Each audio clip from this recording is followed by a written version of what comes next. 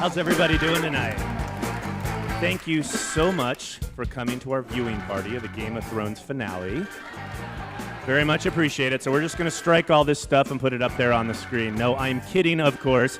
On behalf of KPCC and LAist, welcome to the Aratani Theater for Unheard LA. This is Ashley Alvarado. This guy followed me here. Give it up for John Cohn.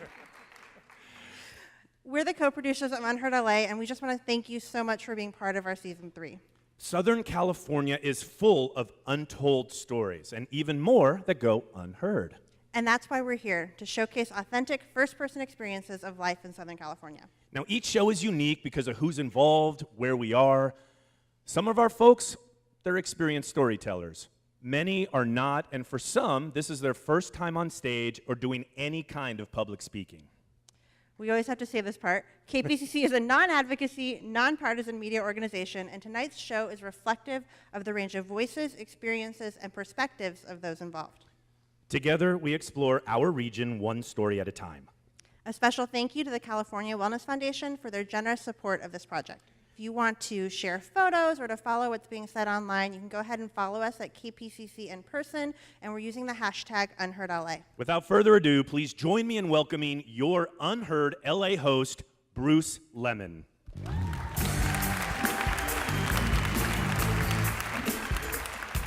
What's good, LA? Welcome to Unheard LA, live from Westeros. I'm sorry. Live from Little Tokyo. This is the live storytelling series starring you, our neighbors here in SoCal. I'm your host, Bruce Lemon, and it's my pleasure to introduce you and welcome you to the Aratani Theater and introduce you to some new friends we brought along to share their real-life experiences. Real people amplified. That's Unheard LA. Anybody here for your first Unheard LA? Nice. Welcome to the family. How about some regulars? Who's been here before? This is my favorite part. On the count of 3, I need everybody to shout out where you're from. Just say it out loud, okay? Ready? 1, 2, 3, go. Nice. I just want to hear it one more time. Make sure the speakers work. 1, 2, 3, go. Woo. Anybody here from Little Tokyo? Some who live here? Nearby? Yeah. Can I park at your place next time I come? Seriously, true story. I parked around the corner. And I took a left when I could have taken a right to get to the theater really quick. And I almost didn't make it inside. It's beautiful here. Cherry blossoms, public art, trees, people laughing and smiling, beaming with joy. I'm coming back just to walk around. I love this place. There's plenty to see and do, from the bowling alley to the marketplace to your favorite sneaker shop and ramen spots. Talk about comfort food. I am eating my way through SoCal one story at a time, folks. The city is known for its diversity, and with that comes every kind of cuisine you could ever know existed. Any given bite can transport you from around the world or bring you home. Here to share a bite, please welcome Jin Yu Kim.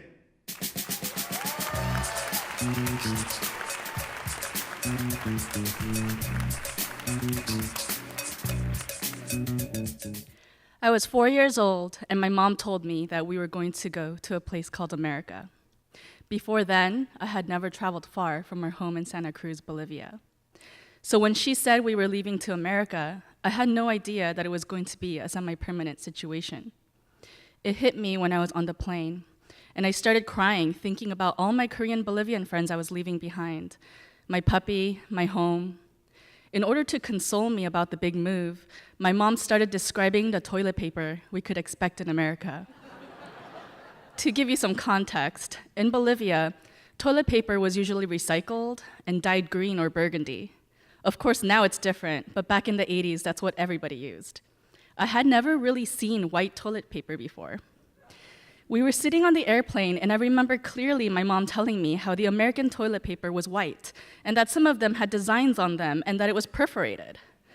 For a 4-year-old hearing that, when your whole life you've been wiping your butt with scratchy green or burgundy toilet paper, it means something. It was impactful. My mother should have been a marketer because she definitely knew how to speak my language. I thought, wow, what is this new place where people thought about designing soft white toilet paper? If they care about the small things in life, maybe it's a paradise with its manicured lawns, shiny cars, rules and safety, elevators, escalators, and automatic sliding doors. One of the first memories I have of settling in Miami was going to a big Walmart-type supermarket. My little brother and I were playing around with these magic sliding doors, shouting commands to make them open, and somehow my brother's arm got stuck inside the sliding door. A security guard had to come and pry him out of it. I remember another time, someone had dropped a jar of mayonnaise on their lawn, and it just laid there for days, this half-broken glass jar of mayonnaise. I was surprised there were no street dogs, birds, or rodents who had come to scavenge it. America, the land of automatic traps and no animals, the land of waste. By the time I was in the first grade, we moved to Los Angeles. I settled into my new life in Westwood near UCLA, living with my brother and grandmother in a 2-bedroom apartment while my parents went back to live and work in Bolivia. Our weekly allowance for groceries was $60. My grandmother would buy cheap Korean vegetables all the time, but still made sure that there was always a little piece of meat in all of our meals. We never had enough money for an entire meat entree like a steak dinner. We didn't have a turkey for Thanksgiving. We celebrated it Korean style with little meat patties and egg-covered fish. My grandmother was one of those tiger grandmas who used the guise of being frugal to not allow us to eat junk food. Like, the only junk food we were able to have at that time was this round Korean popped rice cracker called 뻥튀기. It was the most boring, bland, carb junk food in the world. It's not even worth the calories. I think that's why she bought it, because it was always on sale. She knew we would never snack on it. It was some type of survival skill training or a nutritional sustenance if you're a Korean astronaut living on a spaceship and you're forced to eat something. I always felt culturally very different from everyone else because of the food I was eating. Because I was rarely allowed to buy Cheetos, Doritos variety packs, Sun Chips, Capri Sun, or Lunchables.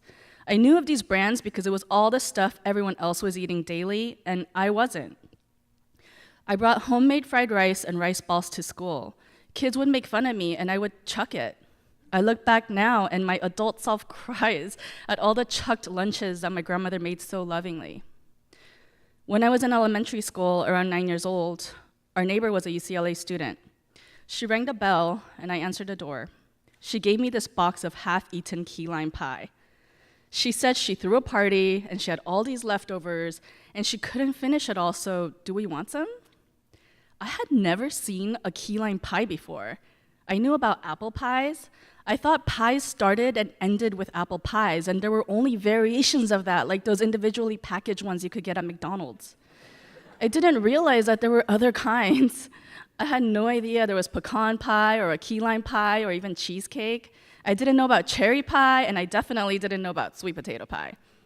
This was the first time I was introduced to a non-apple pie. Then my brother and I took this half-eaten pie and we studied it. We didn't tell our grandma. We were scared she was going to take it away from us. So we got our forks, dug in, and finished the entire thing. I was not only taken aback by how delicious the key lime pie was, but also how it finally made me feel connected to the American culture. If you go to the supermarket and you buy Cheetos or whatever, you're buying into the American culture. But it was the first time an American person was like, hey, I want to share a piece of my culture with you. I don't know if I understood the importance of it at the time because I was a young kid, but I still remember it, and that memory like it was just yesterday. My brother and I lived with my grandmother for 10 years while my parents were in South America. During that time, I lost my tourist visa, and I became undocumented along with my grandmother. While I didn't yet feel the ramifications of losing my status, I did have this sense of becoming even more marginalized. But at that moment, when my neighbor shared her half-eaten pie with us, it represented this window to the entire world, offering me a bit of hope, even as I felt so alone, so far from my parents, and in a country that didn't want me. I can probably trace back my foodiness to this moment. To this day, key lime pie is still my favorite. It's my brother's favorite too. It's a love that goes deep, all the way back to the way the white, fluffy, creamy thing sat on top of this tart, custardy pie, and how it was just so balanced and made your facial expressions come alive. My gateway pie. The first time I realized there was a world beyond this. like my first pecan pie, my first sweet potato pie, my first Thanksgiving meal that looked like an American Thanksgiving meal, not rice and soup. This is something that I remember helping me feel more American instead of being a guest on this land. I was invited to take part of it. I finally felt American as key lime pie.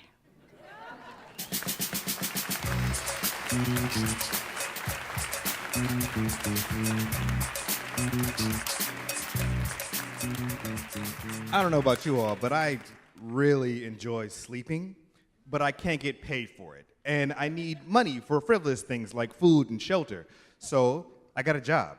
But day jobs aren't necessarily who we are, nor all we need to survive. Here to share how he survives, please welcome Joe J. Thomas.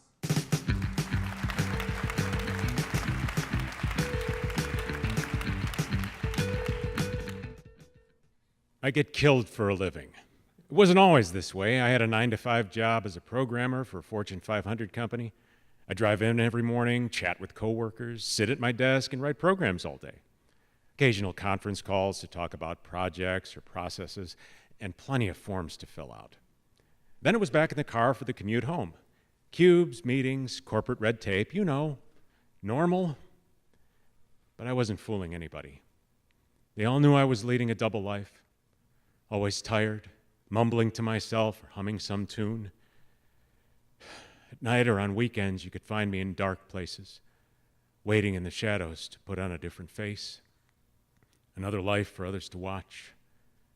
I was an actor. I lived this double life for decades. Cleveland, Dallas, finally Los Angeles. By day, I was Joe Programmer, happily slaving away with my cube mates for the bi-monthly paycheck. But by night, I was Polonius in Hamlet, or being eaten by a plant in Little Shop, playing Pilate in Jesus Christ Superstar. Programming by day, performing by night, until the layoffs came at my day job. I should have seen the writing on the wall. There were always corporate mergers and downsizing or right-sizing. I'd moved from Dallas to Los Angeles with my wife and was working as a remote employee. We were the ones targeted to go. I was fortunate enough to have some savings and even got a bit of a severance pay, but that didn't make it any easier. It was my wife who kicked me out of my funk and suggested I try acting as my job. I felt really encouraged. Then she said, "But not on camera."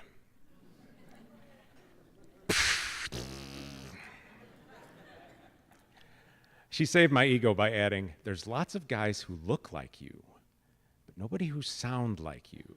She was right. Years of acting had trained me to create new voices, accents, characters. Heck, I'm not even sure which voice is my real one anymore. Which brings me to my job, getting killed for a living. I voice a lot of video game and animation characters. And after the release of one particular major online game, I was invited to meet with the developers. That's when one of the quality assurance people told me my character had been killed more than 700 million times. I don't even know how to process that. But through the many games and shows, I've gotten to live other lives. I've been Klingon, ma ta ta.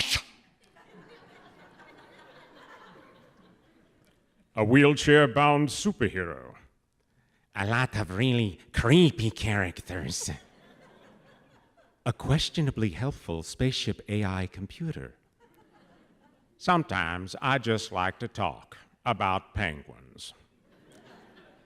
And there's even a few voices I'm not allowed to do around the house. It's weird.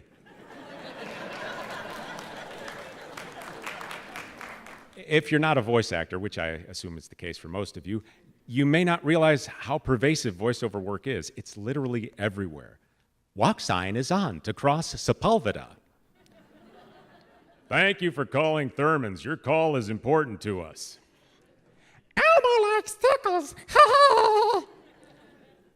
There's jobs for audiobooks, trains, train stations, Siri on your phone, talking cars, appliances, the list goes on and on.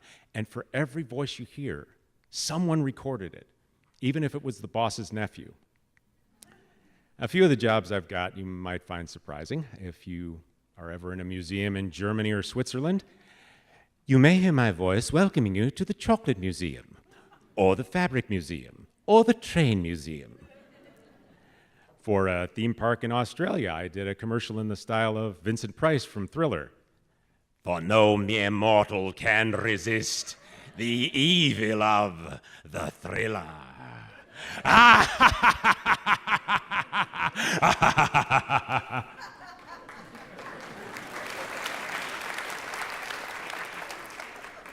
Much of my day involves auditioning, and most of that's from my home studio. A lot of friends audition from their walk-in closets. The acoustics are better there. But I'm fortunate enough to have a larger, padded room to be crazy in. I'll get emails from agents and casting directors. I record the audition, shoot them back. The toughest part of voice acting is the part between the audition and landing a role. You see, 90% of the time, I don't know if I got the job or not. I just transmit my voice out into the Ethernet. Kind of like NASA and the search for extraterrestrial life. Maybe not that quiet. You know, I know everyone I work with really wants me to succeed. Honestly, if I hit that sweet spot and get cast, everyone's happy, especially me. Then there's the work of the job, when I actually get to act and be directed. And that's the most amazing feeling. Bringing a voice in my head to life and having others hear it as alive. I've lived 1,000 lives and died countless times. But I think I've still got quite a few lives left to live.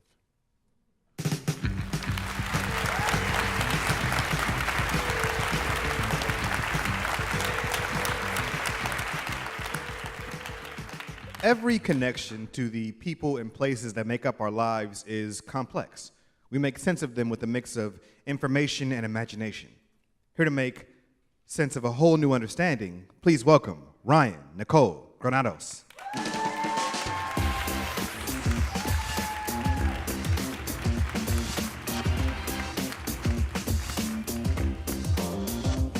When the evening traffic transforms into bursts of brake lights, that's when my son's rapid-fire questioning begins.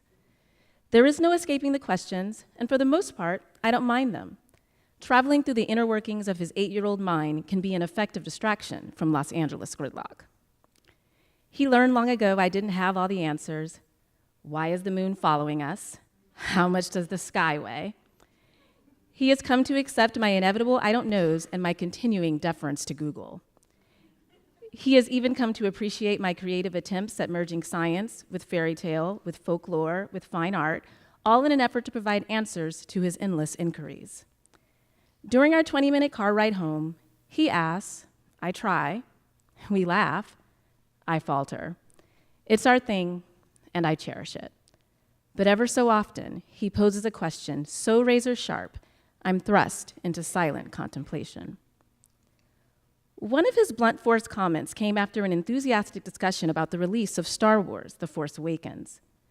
Through the rearview mirror, I could see his eyes widen with talks of galaxies far, far away. His long lashes shooting skyward like 4th of July sparklers, his smudged eyeglasses sliding downward like an amusement park attraction. It was a beautiful few minutes to behold, and then silence. What's wrong, son? Why so quiet? I just realized something, and I don't know how to tell you, Mom. My son's concern for how I might receive his statement was sweet and alarming. I don't think you'll be mad, Mom, but you'll be sad.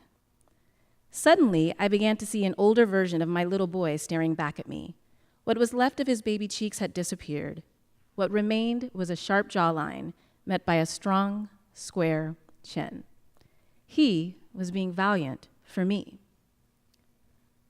Mom, I think your dad may be a hologram. My dad? Like, my dad? Yeah, your dad. A hologram. Yeah, Mom, you know, like someone you think is real but isn't real? A hologram. The notion that my father could potentially be no more than a 3-dimensional image formed by the interference of light beams from a laser was too intriguing to not examine further. Why do you think he's a hologram? We talk to him, but we never see him. We can't touch him, and you can't touch a hologram.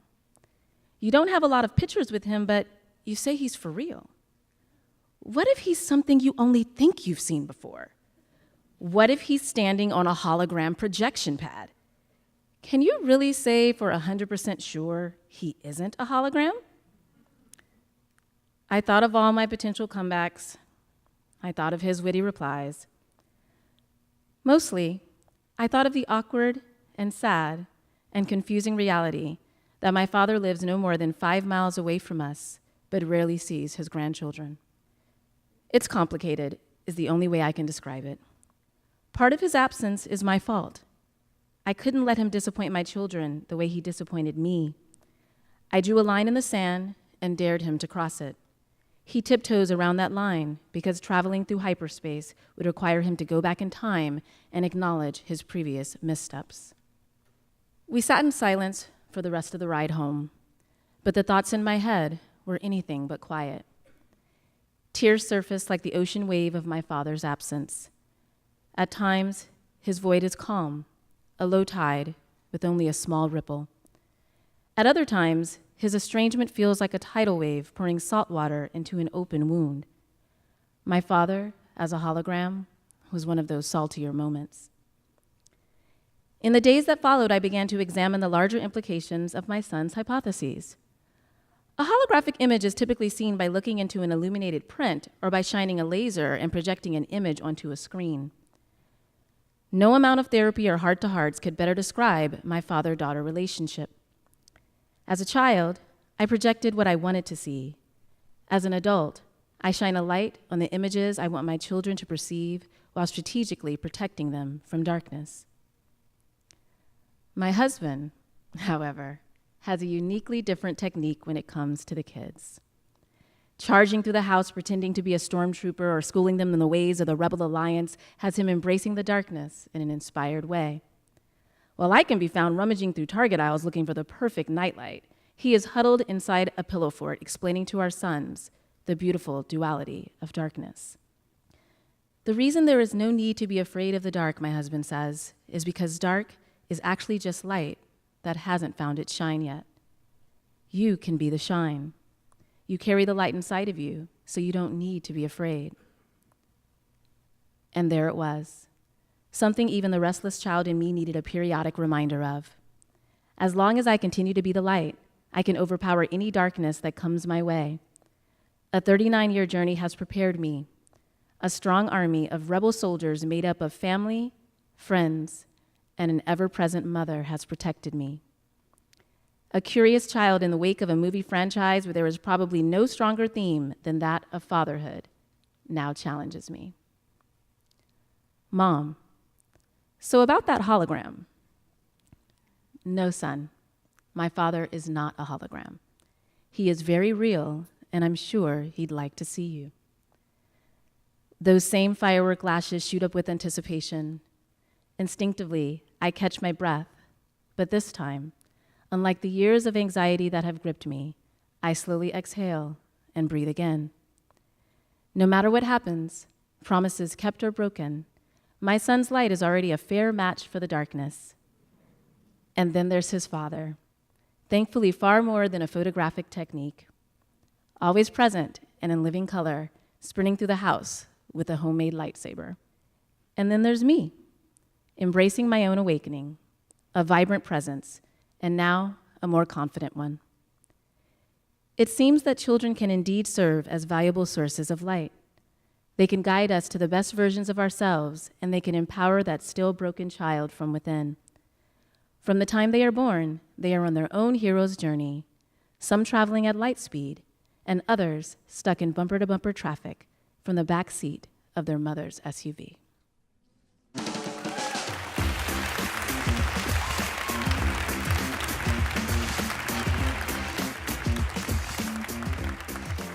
Some people volunteer for school credit, others for a sense of accomplishment or for, being a good person. Our next storyteller had some other ideas as well. Please welcome Mary Serratas.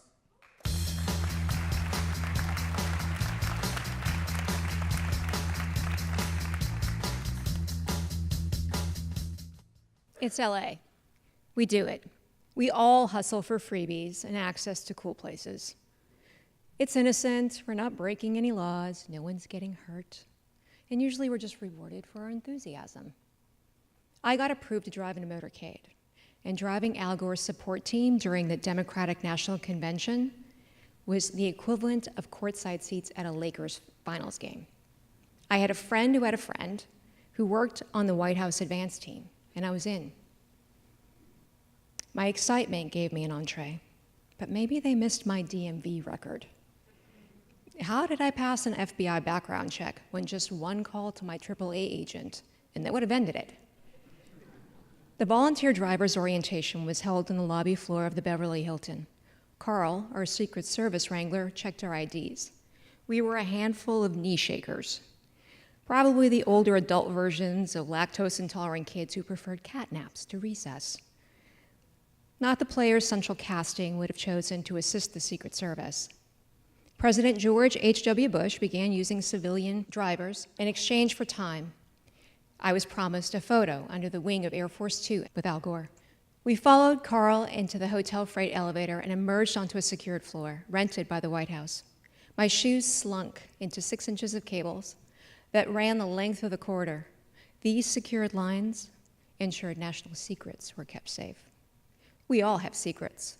Mine was my DMV record. It was an impressive operation. Carl handed out the White House itinerary and explained we'd be given our car assignments in the morning.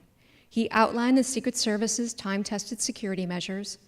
We were to stay 4 feet behind the gate of the vehicle in front of us, on the highway maintain a speed of 85 miles per hour, and the black Suburban was a tactical sniper unit. Those men were on alert. We were not even to make eye contact with them.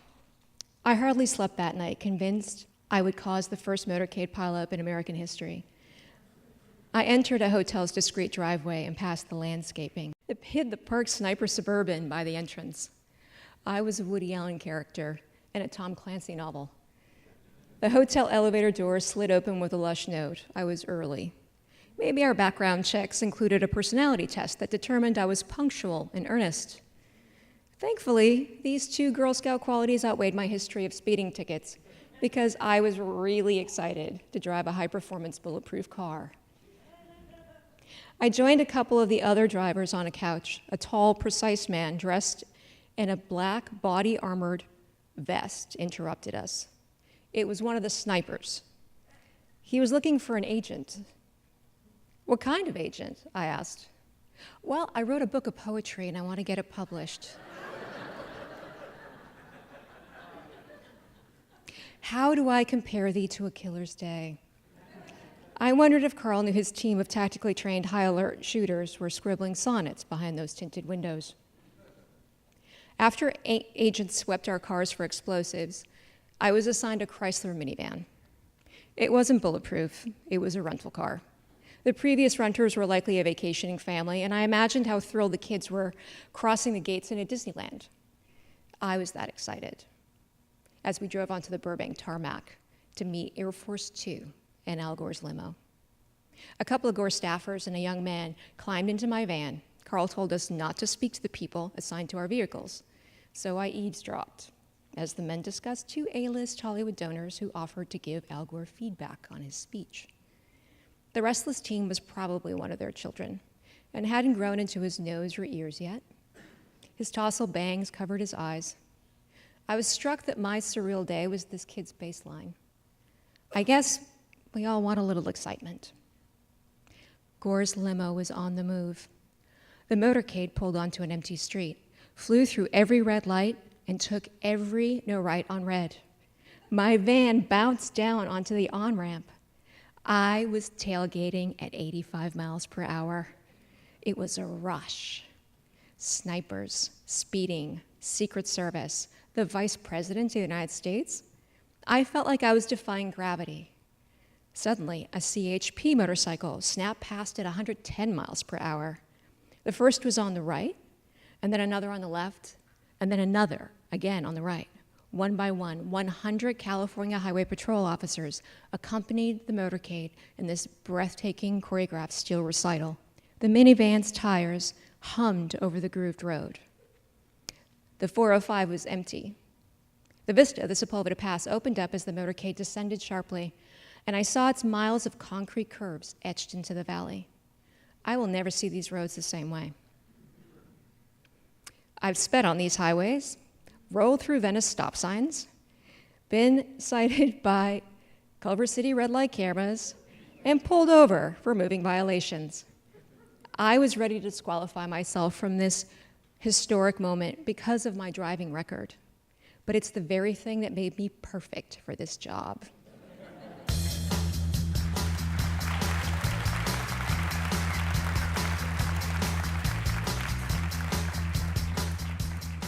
It's always exciting to have our Unheard LA alumni back, especially when they return to honor the place we're at with a brand new piece. Here to introduce us to an old friend, please welcome Koji Steven Sakai.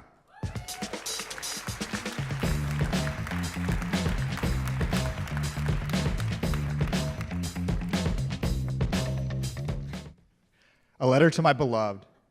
You were born in the 1880s when a former Japanese seaman named Charles Kame opened a Japanese restaurant at 340 East 1st Street.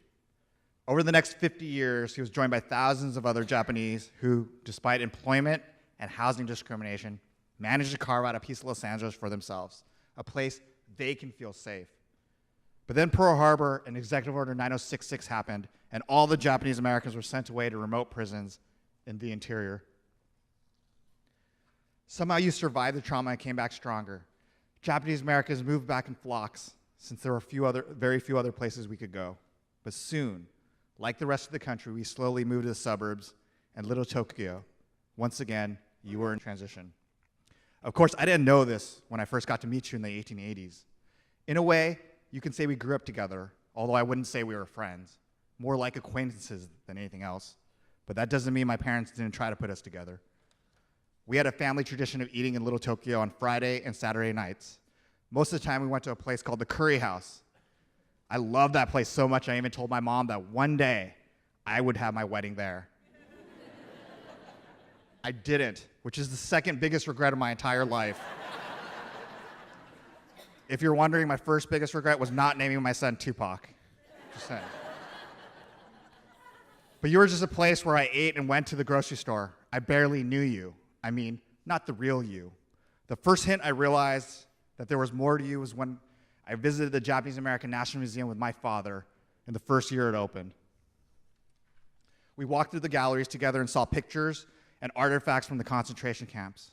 The exhibition moved my father so much he began to tell me what he remembered about the camp when he was a kid. It was the first time I found out a part of my family's story. I left for college and I stayed as far away from you as I could. I didn't want to be Japanese American. I wanted to be like everyone else. In other words, I just didn't have room for you in my life at the time. And then everything changed. I got a job at the Japanese American National Museum. Yes, the same place that my father and I had gone to 10 years earlier. When I saw you again, I recognized you, even as I saw how much you'd changed. You'd fallen apart. You'd gotten dangerous. This time, though, I got to know the real you and began to see your inner beauty. And when I did, something unexpected happened. I learned more about myself. I know it sounds cliche, but Little Tokyo, you helped me find my voice, my passion, my identity. You helped me discover pride in being Japanese American. I began to see the beauty of my culture and history, and eventually proud of your streets, art, and maybe most importantly, your restaurants. And one day, when I least expected it, I'd realize I'd fall in love with you. Now we're connected forever. Let me take a moment to name every part of you that I love. I love your art. I love your style. I love your markets. I love your udon, your sushi, your curry. God, I love your Hawaiian-style breakfasts. Your yakitori, your ramen, your desserts. I love your garden. I even love your trash. I love your community center where I can see performances like this one. I love your monuments where I can remember and learn from Japanese American World War II heroes. I love your museum where I can share the story of what happens when we let our fears and prejudices get the best of us. I love your media. Where else would I show films about my community? And I love your theater, one of the few Asian Pacific Islander theater companies in the country. I love that around you, I can be me. Now in your reflection, I see more of me here than anywhere else on this entire planet. Little Tokyo, or Japanese Town, or J-Town, we've grown old together now. Things have changed. For the better, the jury's still out on that. People want to see you and be with you more than they ever did before. Your streets are no longer dangerous, or as dangerous as it used to be. In fact, much to my chagrin, and probably it's just my jealousy, you've become popular and hip. But with popularity comes change. Starbucks, Johnny Rockets, other non-Japanese restaurants, things that don't reflect you, but do reflect your new fame. This is what's got me worried about your future, because when I think about where you'll be 20 years from now, there's no precedent for a community like this to continue to exist when so few people of that community actually live there. So I see two futures for you. One where you become a replica of the place I fell in love with, or you change and grow. The former would depress me, and the latter scares me because I worry you'll change so much I won't be able to recognize you anymore. I can't predict what's in store for us, but I do promise to stick by your side for the rest of my life, and I do hope that my son will have the chance to fall in love with you, just as I did. Yours truly, Koji.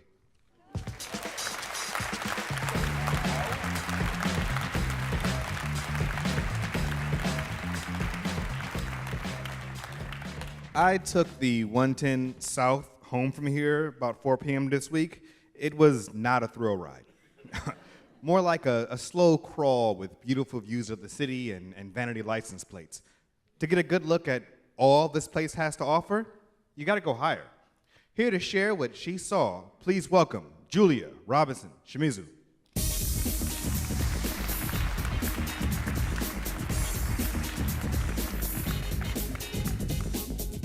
Take the leap.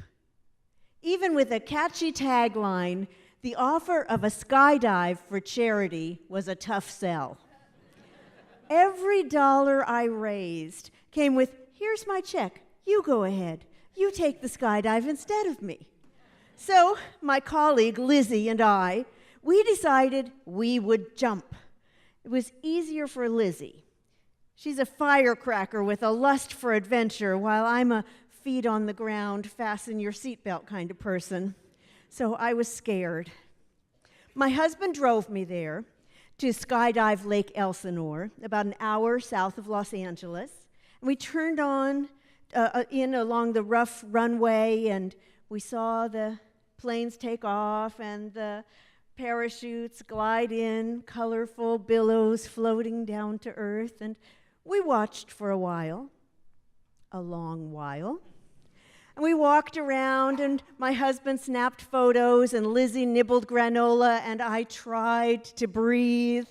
And finally, Lizzie and I signed the consent forms and followed an instructor through a brief training, suited up, and boarded the plane, seated next to our assigned experts. When it got time to jump, the expert would buckle my harness to his for a tandem skydive. At 10,000 feet, about the altitude when the captain releases the fasten your seatbelt sign, on a normal flight, it would be time to jump. I would essentially be a passenger dependent on the skill of my expert. He was a blondish guy with a one-syllable name like Hunk or Beef. And he'd made at least the required minimum of 500 skydives to earn the license as an expert. So yes, I was terrified, but I was willing to imagine that he might make it okay. And the plane was just a tin can. It had propellers, and it was outfitted with not much more than benches and buckles. And we climbed in, and I thought they would close the door before the plane took off. Well, there was no door. There was just that big hole there in the back. So it was noisy in there. And we pantomimed, thumbs up and brave smiles, and then Lizzie stopped smiling. Her eyes went pale, and her hands, there was one at her mouth and the other at her stomach, and none of the experts had remembered to pack air sickness bags. Someone offered a helmet. Just as Lizzie was filling it with the granola she'd been nervously nibbling all morning, my expert nudged me. It was our time to jump. And I'm a sympathetic soul. When somebody weeps, I weep. And with Lizzie vomiting, I was afraid I'd be next, so it was easier than I expected to step out of the plane, and locked in with my expert behind me, we stood on the rail outside of the plane, and it vibrated under my feet. And it rumbled up through my knees, and the sharp chill of the air icicled my chin and my cheeks. "Jump," my expert said.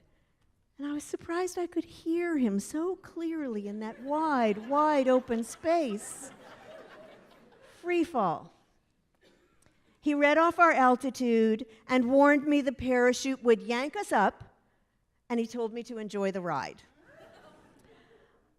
I knew something was wrong when he started making noises. I felt his muscles tense, and all those noises, what was he doing?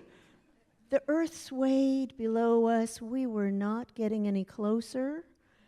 "We're in an updraft," he said. We were caught on the wind. A pocket of warm air had us, and he was struggling to position a release. "You're lucky, you get a longer ride." He did not tell me, and I did not even guess until I Googled it later, that updrafts can be parenthesized by downdrafts that could flick us down like a dart, could collapse our parachute and plummet us to our deaths.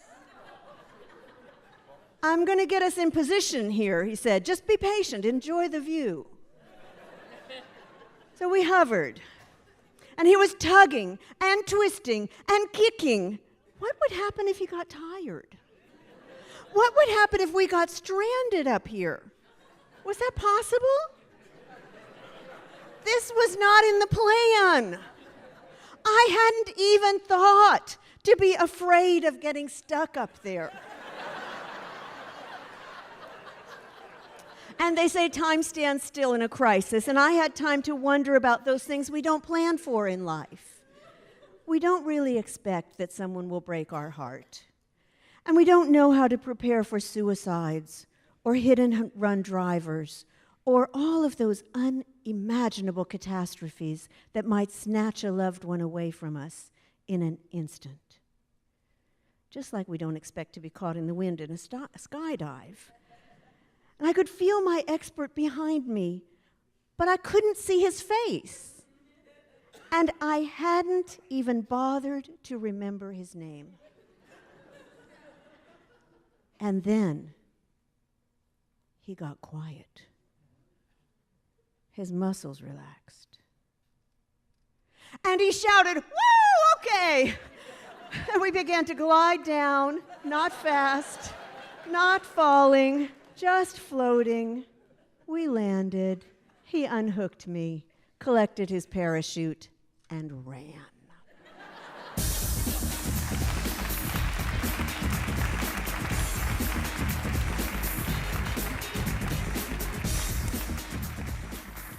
Unheard LA has been a crash course in nomenclature. Every storyteller has a name unique to them, coming from different places and cultures with different spellings and meanings, and each standing for a person here to share an experience with you. Please welcome Prem Kishore.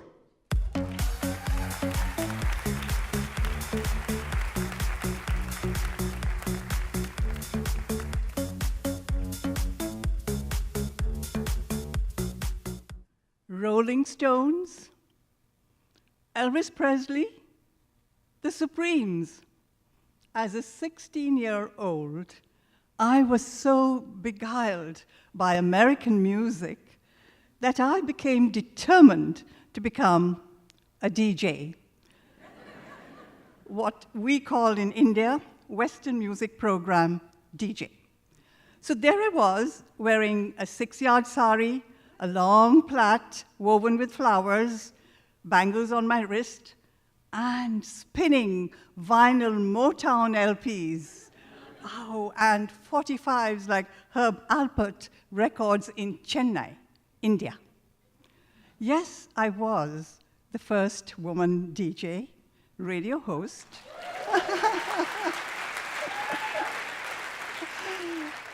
In South India.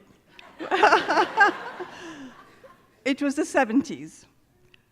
as I grew older, I had even more reasons to dream of America. Personal freedoms, independence, educational opportunities for my children, choices. Oh, I discovered that there were more than 20 varieties of bread in America. So I was also besieged with discrimination. Arranged marriage was the norm in India. But I fell in love, and it became a love marriage. My husband and I had met in college, and oh, the differences. I was dark, and he was fair. I was Christian, he was Hindu. He was from North India, and I was from the South. The only thing my husband and I had in common was our name, Prem. I wanted my life to matter and to breathe freely. And so we filed papers. 8 years passed as we waited to be approved. I finally arrived in America with 6 suitcases, a husband who had lost all interest in migrating, and a 19-year-old daughter, Anuradha, ready to take on America. We had to leave my elder daughter, Sangeeta, behind because she was 21 and did not qualify for immigration. When we applied, she was 13. Who knew we would have to be so separated and so heartbreakingly? It was an agonizing decision to leave her behind. A rude wake-up call greeted me on arrival. I was not qualified for any radio job. I didn't sound remotely American. Though I had taught in the university in India, here I required an American teaching degree. And so I took the first job that came up, answering phones at a retirement facility. And that's where I met Tom, the director. He hired me only because the previous receptionist had died the day before. And I turned up, so he needed someone desperately. The first day of work, he told me to change my name to Prem, insisting nobody could say Prem, and walked away. I ran after him. Oh, please, please, the words came out in a rush. I cannot change it, it's a cultural thing. My name means love. I don't know what Pam means. Well, he kept walking, but I kept my name, although everyone called me Prim or Preem or just Honey. Tom was dictatorial, unyielding, and had an appalling insensitivity to other cultures. He was in his 70s, and at first I thought he was being eccentric, but the anti-immigrant rants continued every day. I would come home angered and tearful, but my office was close to my home, and I loved my job. I was promoted to special leasing agent, and I felt God had brought me to this place where I could help seniors. My mother and aunt back in India had passed away suddenly. More reasons for me to stay and work here with seniors. But now, here in Southern California, I was enmeshed yet again in a world not unlike the one I had left behind. I began volunteering at the Pacific Asia Museum in Pasadena, where I organized Indian festivals, storytelling, and found joy in reaching back to my roots. One day, Tom intercepted a call from the museum. He asked me what it was all about, and was so surprised at my involvement, he promptly invited himself to the event. He spent the whole afternoon listening to stories and music, watching the dancing, the exhibition of travel in India, and I noticed at the end of it all, he carried home some brochures. Then began extraordinary conversations about India. I was shocked by his curiosity. He began to tell me stories of hunting deer, fishing in icy streams, the Depression years, and how he went from being a farm boy in Montana to the productive professional person he was now. Hard work, he said. We got to know each other, and I learned of his passion for country music. Soon, our senior programs were becoming open to all nationalities. We now had seniors speaking 14 languages. Tom was creating a unique kind of community. His words were no longer sprinkled with hurtful remarks about immigrants or other cultures.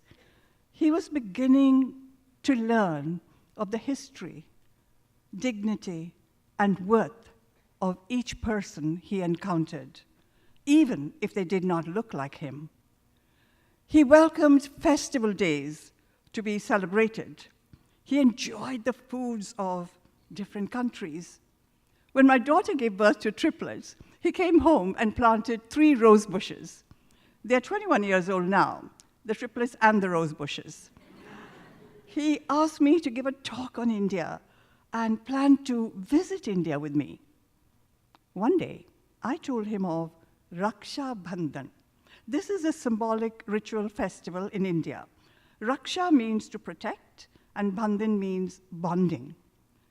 In the olden days, in India, when a queen ruling over her kingdom was threatened by a neighboring king, she sent him a colorful thread called a rakhi, which he was asked to tie around his wrist. Well, if he did that, the thread became a symbol of protection. She was honoring him and claiming him as her brother. The king could no longer cast a greedy eye on her or her kingdom. And now he was her brother. He would have to protect her kingdom from other rapacious invaders. Over the centuries, on a particular day of the year, sisters tie a rakhi, the colorful thread, on the wrist of a brother who promises every year to protect and cherish his sister. Tom was moved by the tradition. A year later, he was diagnosed with cancer. Within a few months, Tom was gone. One day, when I came into the office, I saw a beautiful, lush plant on my desk with a note from Brother Tom to Sister Prem, much love. I realized it was Rakhi Day. Tom had arranged for the plant to be delivered to me, even though he was dying. Tom would be thrilled to know I now host a weekly live radio show playing Rolling Stones, Elvis Presley, The Supremes, and yes, I also play Tom's country music. He made me believe in the American dream once again.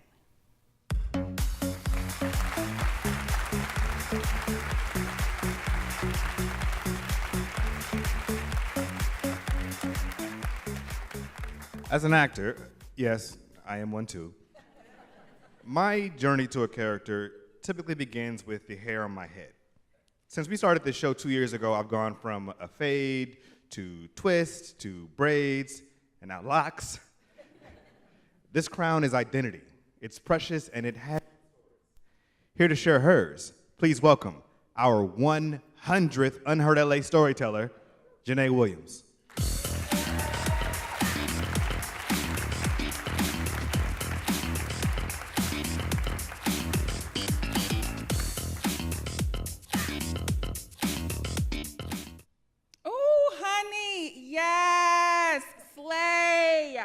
Serve the girls. I am gagging. I talk to my hair the way I wish drag queens talk to me. My relationship with my hair hasn't always been as affirming as it is now. Like many Black women, my childhood was replete with pressing combs, burns from pressing combs, hair relaxers, burns from hair relaxers, and the general unspoken, highly racialized agreement that my hair, as it grew out of my head, was a problem that needed to be fixed. It wasn't until I hit my late teens that I stepped off the straightening Stairmaster and came to accept and then appreciate and then adore my natural hair.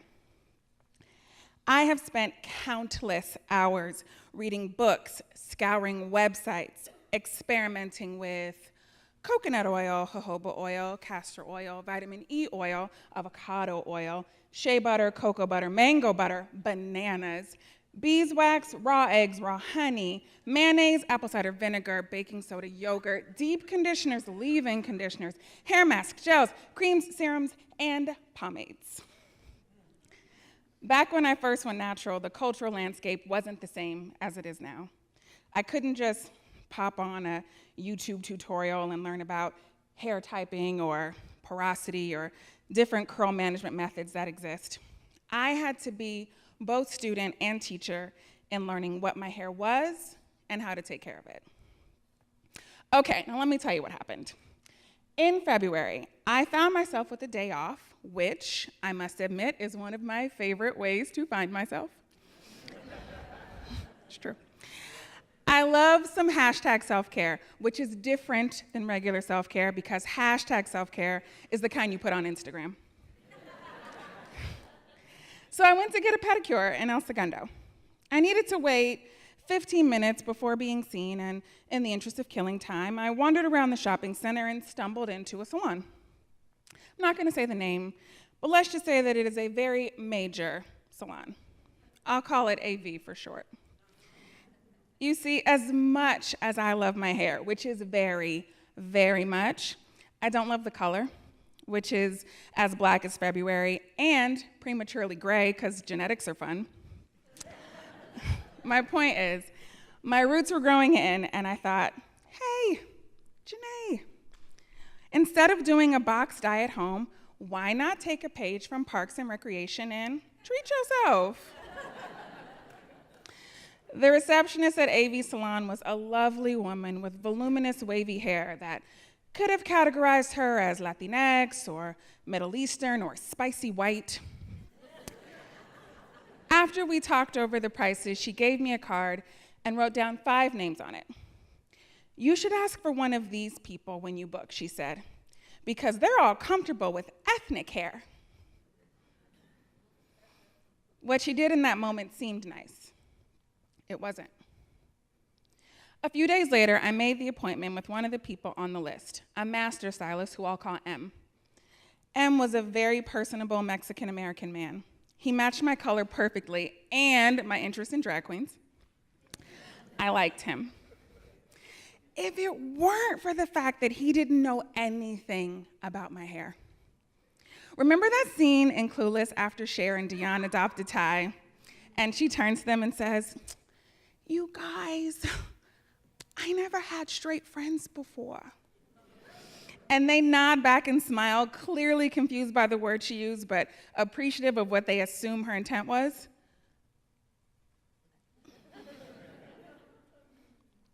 That was the same bemused look that M gave me when I told him that my hair was 4A, 4B, and high porosity. While the coloring was perfect, the styling was bad, very bad. Like, I'm going to have to cancel the rest of my day to go home and fix this bad. As I sat on my floor detangling my hair that evening, I first asked the ancestors for forgiveness for allowing that foolery to happen to me. And then I thought of the contradictory duality of being highly visible and yet unseen. Blackness is everywhere in America, and yet somehow black hair is still an elective at cosmetology school. It's still something that only a quarter of stylists at a very major salon are comfortable with. My friends ask me why I didn't just go to a black salon to begin with. I want to know why I have to.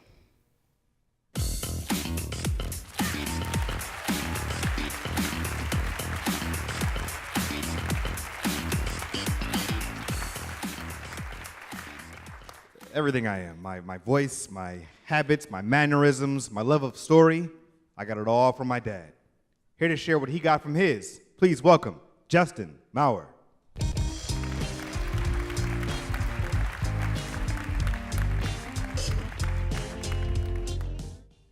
When I was 16 years old, I had my dad thrown in jail for physically assaulting my sister.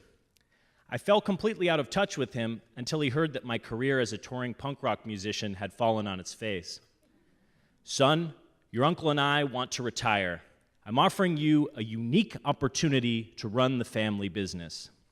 This was a lie, but for some reason I believed him. My girlfriend and I moved in with my uncle. My uncle and father were physically built like a comedy duo. Uncle was the portly, funny one, and my dad the tall, serious one. Uncle would drink a handle of Jack Daniels every day, mixing it with Coke Zero, and take a nap in the afternoon with his dogs. He spoke in a distinct way, enunciating every bit of his sentence. Uncle had a lackey named Ned, who would drive in from Ventura on a moment's notice. Ned was the handyman, delivery boy, and attorney. Ned wore green Crocs, showcasing his yellowing toenails, wore a long beard, and often brought multiple pet parrots around in his large pickup truck. My dad would walk around his home office in a Speedo, flailing his arms around while making business calls on his headset phone. He was a health nut and consumed varieties of powdered vitamins, wheatgrass that he grew in his shower, and unholy concoctions of yogurt, canned salmon, and leftover spaghetti noodles. My dad made his girlfriend measure her pH balance from her urine, and they had a chart in the bathroom with a pen and string scotch taped to it detailing their daily pH balance. He would say things like this to me: "Son, when I'm your dad, I'll sign off on my emails as Dad." His email signature was always in caps. "When I'm talking to you as boss, I'm CEO, and you've got to listen to CEO. Got it, son?" "Are you dad right now or CEO?" "CEO. But you just addressed me as son." CEO. My dad grew up on the west side of LA and thought his calling was to be a Catholic priest. But first, he played drums in a Kiss cover band called Dreams, wearing the Peter Criss cat makeup. Dad attended Catholic seminary and snuck out at night to teach disco dancing lessons and to have sex with his students. He met a hard-of-hearing priest who taught him American Sign Language. They formed a band called the Defenders and played venues like Madame Wong's West, the Hollywood Biltmore Hotel, and Filthy McNasty's. My dad would sing and sign in American Sign Language simultaneously. To improve his sign language skills, he volunteered at a summer camp for deaf children, and that's where he met my mom. My mom was born deaf and was attending Cal State Northridge, which still hosts one of the largest programs for deaf students in the United States. My parents were married in '82 and divorced by '92. It was a dysfunctional family situation, and I turned to punk rock as my solace. At the age of 15, I began playing in touring punk bands and releasing records. As a teenager, we only saw Dad about once a month. One day, my sister hung up on him, and he burst into my mother's house in a rage. She was in the basement doing laundry, and as she's deaf, she didn't hear all the commotion going on upstairs. It sounded like they were killing each other. My sister took a bar stool out into the driveway and began smashing the windshield of my dad's Nissan minivan. His new girlfriend was in the passenger seat as my green-haired, lip-ringed, barefoot sister repeatedly bashed the window in with the chair. My dad followed her out into the driveway, picked her up by the face, and threw her onto the gravel. She ran back into the house bleeding. I put my arm against the door jamb and wouldn't let him come into the house. He laughed mockingly and left. The police arrested him later that night, and we got a restraining order against him. I didn't speak with him for nearly a decade following. However, the early 2000s found me in my dad and uncle's employ. They sold gray market dental supplies, which are products that are smuggled into the US through Canada to avoid customs and taxes. They are the same exact name brand wholesale dental products, just sold for a fraction of the price. My girlfriend and I lived with my uncle for a few months and then moved into another house he owned in Long Beach. We rented the attic room for $750 per month. My pay for my dad and uncle was $750 every 2 weeks. They'd pay me with a check from their company, and then I'd write a personal check right back to my uncle. It was something like indentured servitude. I borrowed a little more money from them to buy a used car, a 1986 Saab 900. It was always breaking down, and I had to borrow even more money to fix it. It seemed like there was no escape. How the gray market deal went is that a Canadian gray market dealer would ship a box of dental supplies to my uncle. I'd drive my Saab 900 over to his house, somehow fit these massive boxes into the back of my two-door hatchback, and make the drop in South LA. I'd park in a lot filled with dented, worn-out cars and one bright yellow Ferrari. I'd knock on a heavy metal door and an ice slot would slide open like the Wizard of Oz. A voice would say, "Who are you?" I'd say, "This is Justin from Cash Sales." Yes, they called their illegal business Cash Sales.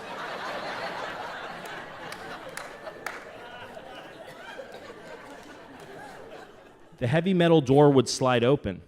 In a back room would be Mr. Yellow Ferrari. I brought the first box in and set it down on the table and wouldn't bring the second box in until they made the second payment.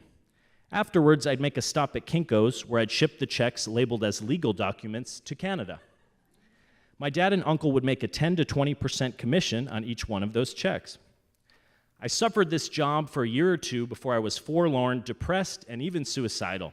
I had nothing to show for it but my 1986 Saab 900. One day, headed across the Vincent Thomas Bridge to San Pedro, my car exploded. I cruised in neutral all the way down to PCH. Black smoke was billowing out of the hood. I was worried it would catch fire.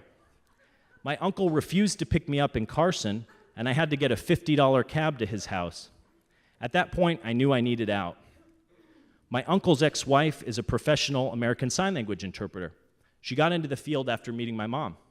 She encouraged me to apply for a few jobs, and miraculously, I got one. I gave my dad and uncle 30 days' notice, moved to LA, and never looked back. Although, looking back, I still owe my uncle $750.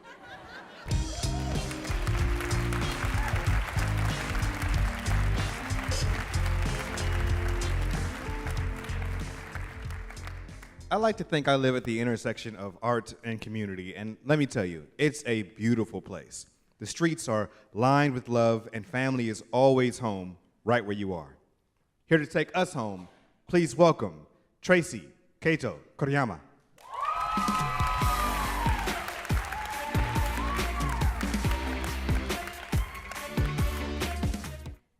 I hate the term burnout. Always have.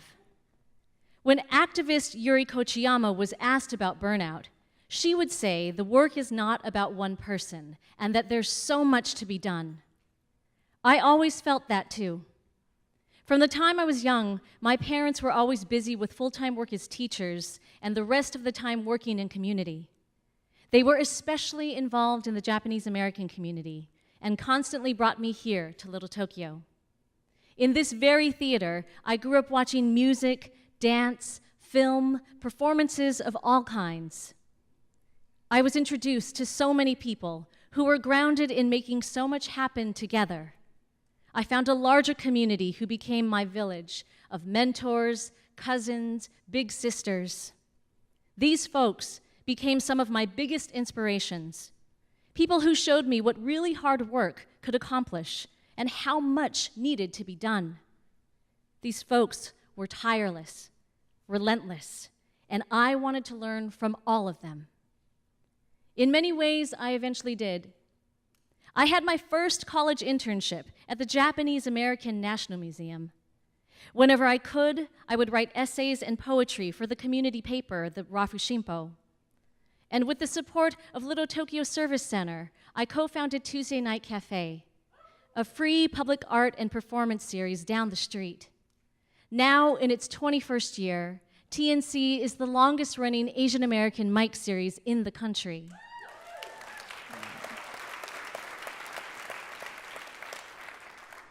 for over 15 years, I went deep into a community schedule, stacking 4 to 5 to 6 meetings back to back, running from one corner of the neighborhood to the other.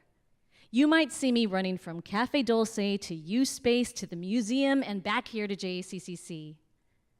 And all the while, I was pursuing a career in writing and performance.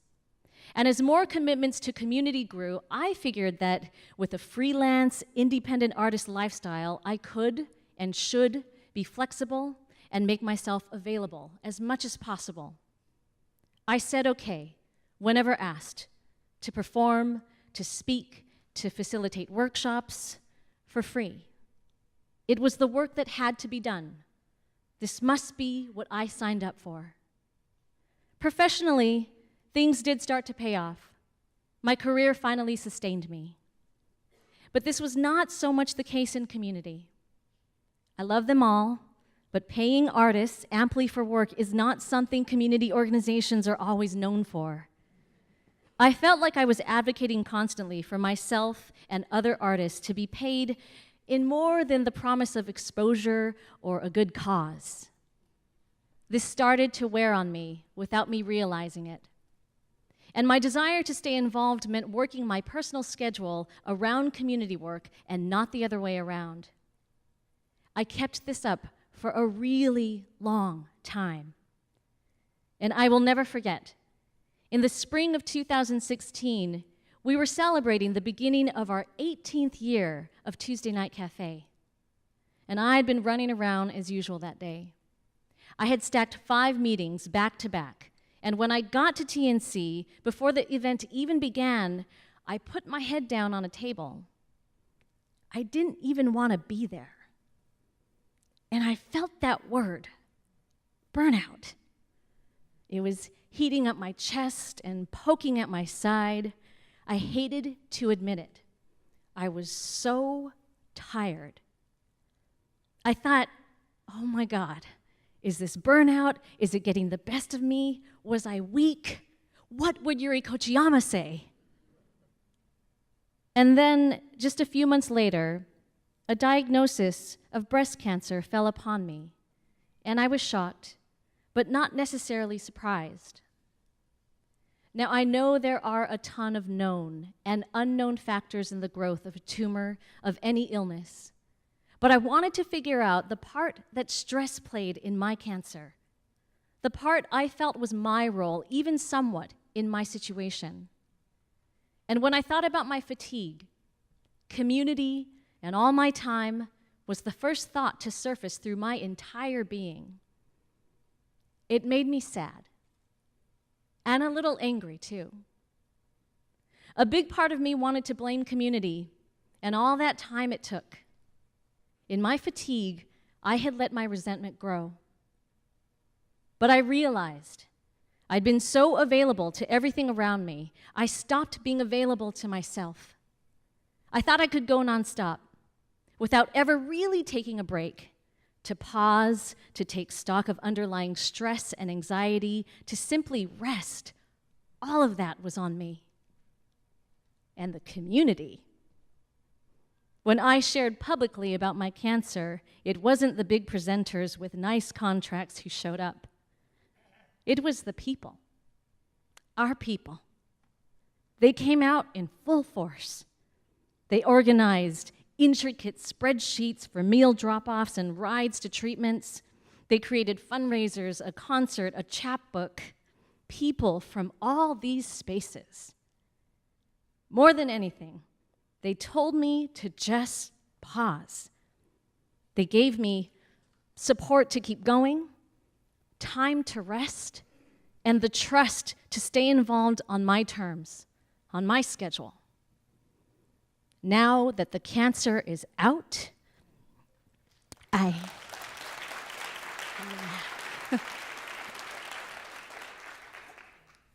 still struggle with my bad habits of overscheduling myself, and I still keep advocating for artists. But I've seen how my self-care is really a kind of partnership. It means employing community self at the core of my care. how I can be as available to myself as I am to community, and how community is worth not only working my butt off, but is worth resting for too.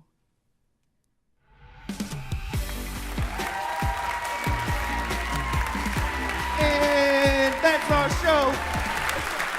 We hope you had a great time today. Now, please let us know how we did with the show today by texting Unheard LA to 626-314-6135. Thank you to all the folks that make Unheard LA possible, and thank you to our growing Unheard LA family.